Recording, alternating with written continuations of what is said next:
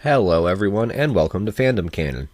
In the Harry Potter universe, witches and wizards have developed two special techniques to help enhance their innate magical abilities. These would be the use of wands and incantations while performing magical feats. Wand lore is something covered fairly well in the books, especially Deathly Hallows, where it has a more prominent role in the overall story. Furthermore, J.K. Rowling, who has kept herself busy since Hallows hit the shelves over a decade ago by fleshing out the details of the Harry Potter universe, has explained that wands were first developed in Europe some time ago and spread throughout the world from there.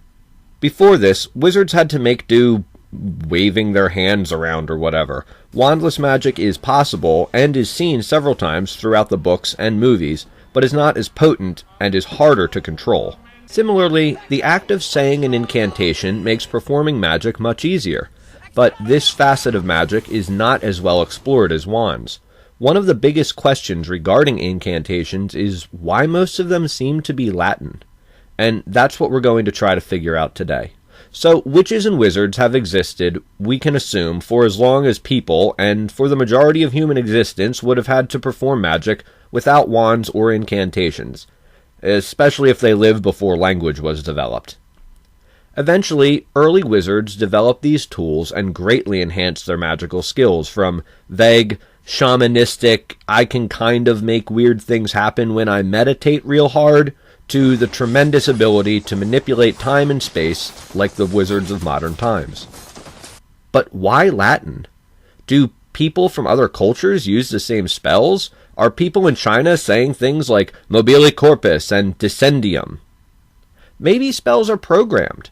Maybe people make a spell by focusing a lot of energy into a particular phrase, and maybe just the ancient Romans took all the good ones. We know that they have an experimental charms department in the Ministry of Magic, but this explanation is insufficient for one simple reason. That is, the fact that the British experimental charms department keeps coming up with Latin spells is a hint that perhaps there's something more going on here.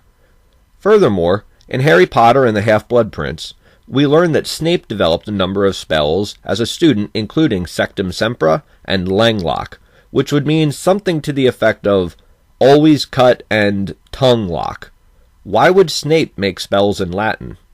In fact, why would he make spells in not quite Latin? That's right, it's important to note that the spells seen in Harry Potter are not proper Latin, and there, I think, lies a clue. You are probably aware that languages change over time. Modern English sounds nothing like Middle English, which sounds nothing like Old English, and Latin is no different. This was a language that was in use for like 1,000 years.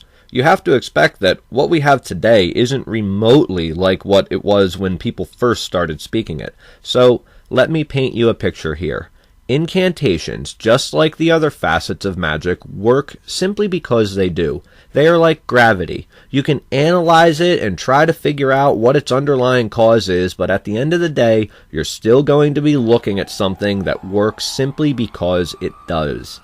For whatever reason, making certain sounds tends to evoke different magical effects. The more sounds strung together, the more specific the effect. Much like how when I say book, it does not carry the same meaning as, please hand me my copy of Harry Potter and the Chamber of Secrets from the top shelf.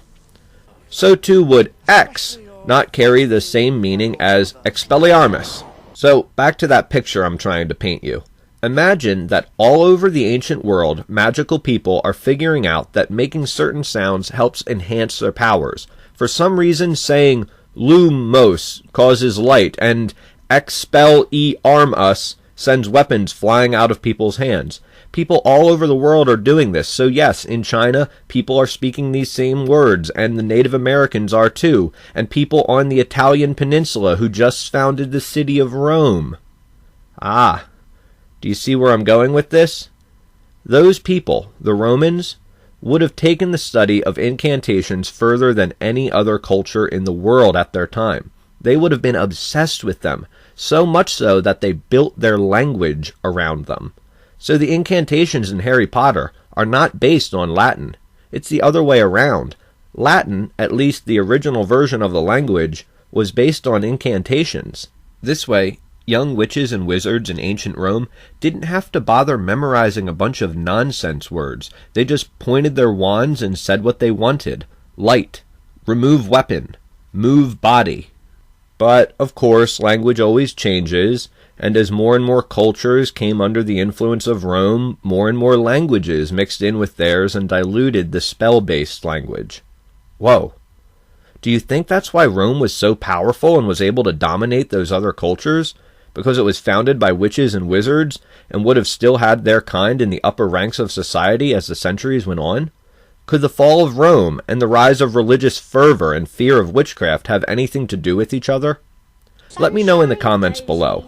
Like or subscribe to hear more from Fandom Canon, or just watch some more of my videos right now. But no matter what you choose, thanks for watching.